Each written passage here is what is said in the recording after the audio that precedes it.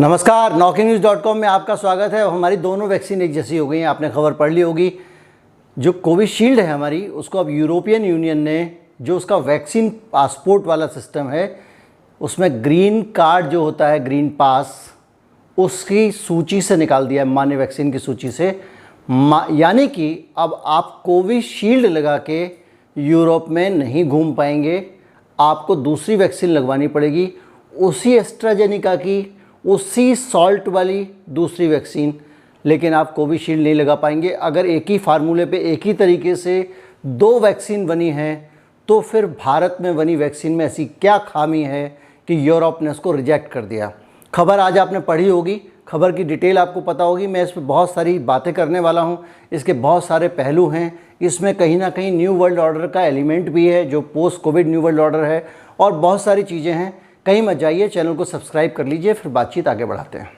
Vaccine को लेकर तो बुरी खबर आ गई है। कोरोना है भी या नहीं है, जो आपके जीने की पहली शर्त होगी, आपको वो करनी ही होगी। और विचलित करने वाली खबरें, सबसे ज़्यादा मुनाफा बाजार को हो रहा है। वायरस है, उसका हवा में खुल जाना, इससे बड़े सवाल खड़े हो गए। इस पर बातचीत करेंगे। नमस्कार।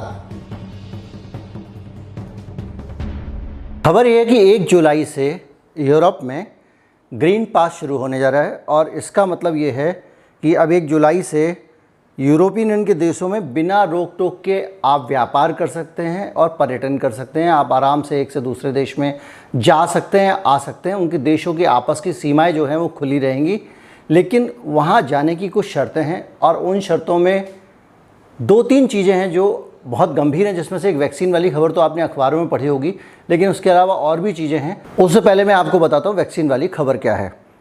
ये पास उस व्यक्ति को दिया जाएगा जो European union medicines agency, European medicines agency जो है EMA, उससे अप्रूव्ड किसी वैक्सीन को लगा चुकी होगी। यानी ये जो संस्था है, जब ये पास कर देगी जिस वैक्सीन को, उसको लगाने वाले आदमी को ही यूरोप में, यूरोपियन यूनियन के जो सदस्य देश हैं स्कैंडिनेविया वगैरह के, वो वहाँ पे तभी घूम सकते हैं, तभी टहल सकते हैं, बेरोक टोक जा सकते हैं एक से दूसरे देश में, चाहे व्यापार के लिए जाना हो या पर्यटन के लिए जाना हो। इसके बगैर नहीं जा सकते।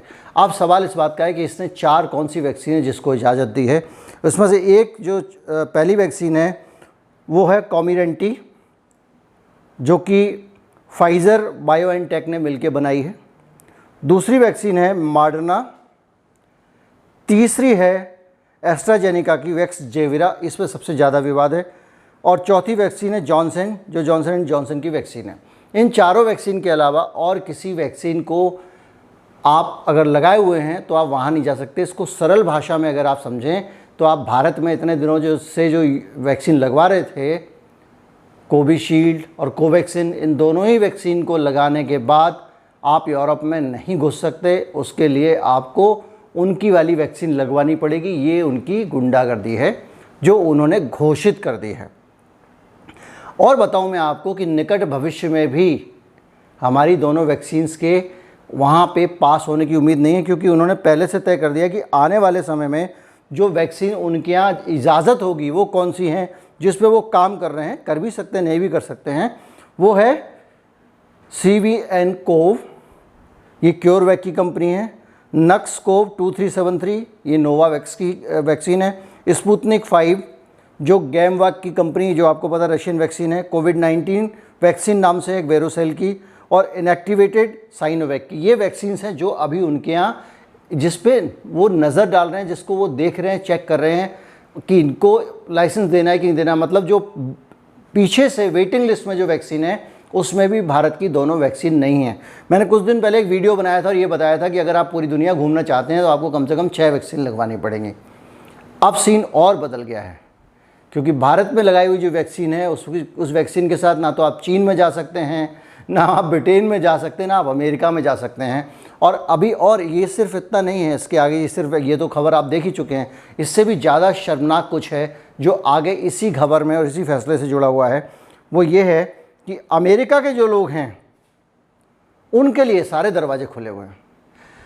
जो फैसला हुआ है उसमें अमेरिका के रहने वाले लोग, उन्होंने चाहे वैक्सीन लगवाई है या नहीं लगवाई है, उनके पास नेगेटिव रिपोर्ट है या नहीं है, आप स्क्रीनशॉट देख लीजिए, वो आराम से जा सकते हैं। स्पेन ने और बहुत सारे देशों ने, यूरोपियन यूनियन के, इसकी इजाज़त दे दी है और ये अपने आप में बेहद शर्मनाक है।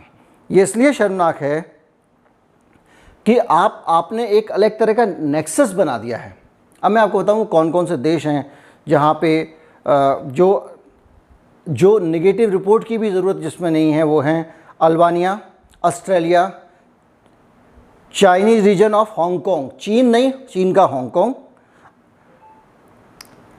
Macau, Israel, Japan, Lebanon, New Zealand, Republic of North Macedonia, Rwanda, Serbia, Singapore, South Korea, Taiwan, Thailand और यूनाइटेड स्टेट्स।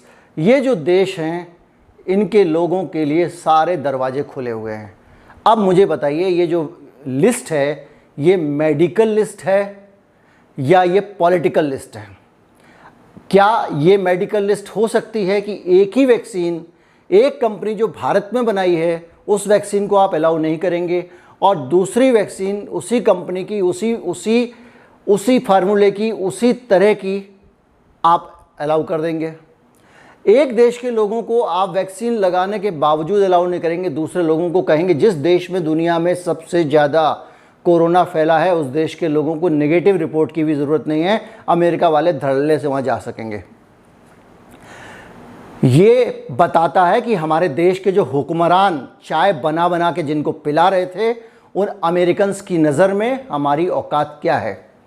वो हमको, अरब को, चीन को और जो दूसरी दुनिया के जितने भी देश हैं जो इनके अमेरिका के और ब्रिटेन के गुलामी वालों में गोरे अंग्रेज़ जो हैं उनके अंडर में नहीं आते हैं, उन सब देशों के साथ वो हमेशा बुरा व्यवहार करते हैं।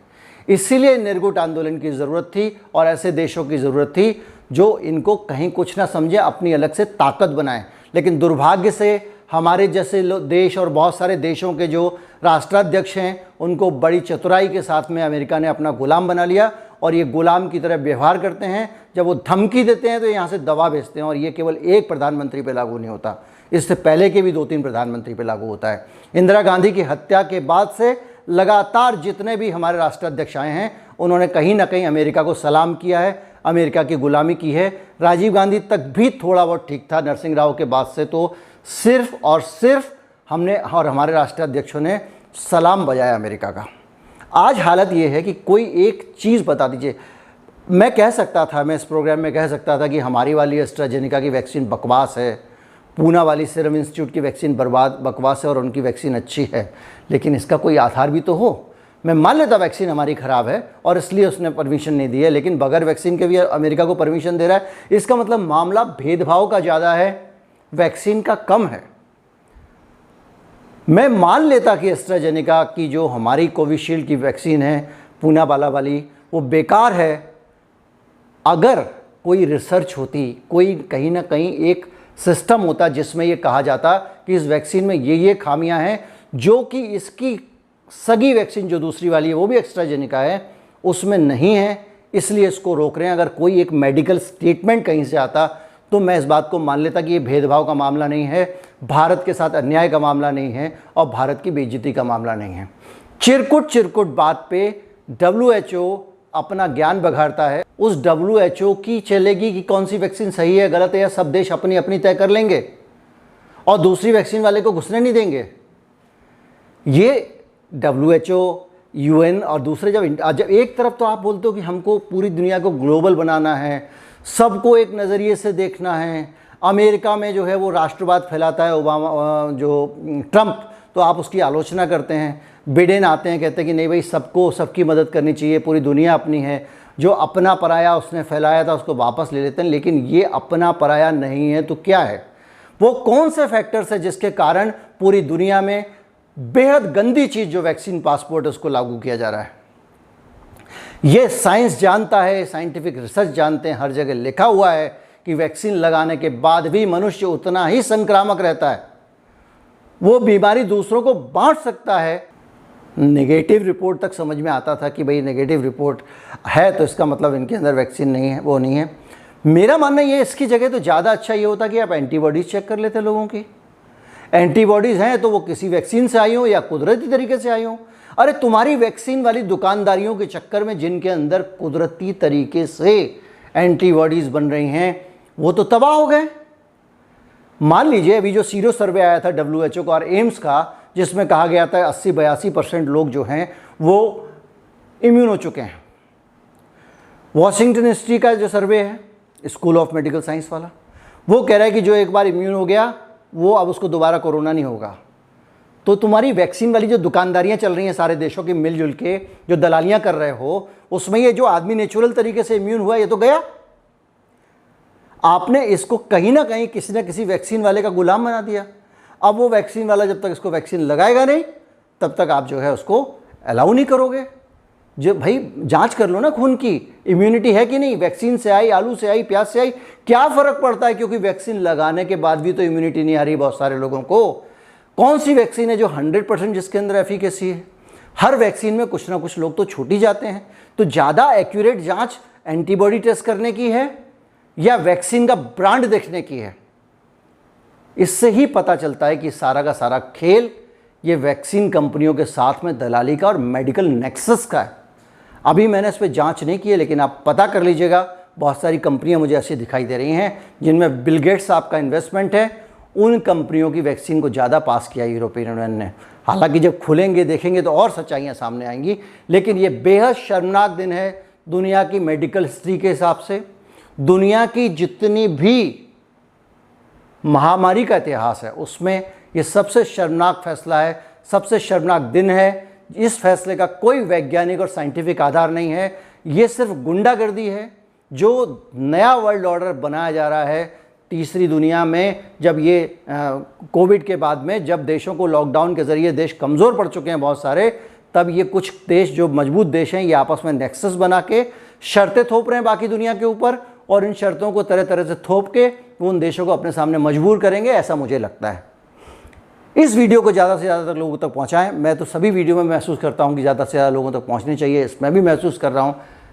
लेकिन अगर आपको लगता है कि इस बात को सब तक पहुंचना चाहिए, इस देश को जागरूक होना चाहिए, भारत का स्वाभिमान जगाना चाहिए और ये अंतर्राष्ट्रीय जो गुलामी है इसको जूता मारना चाहिए, तो इस वीडियो को फॉरवर्ड करें।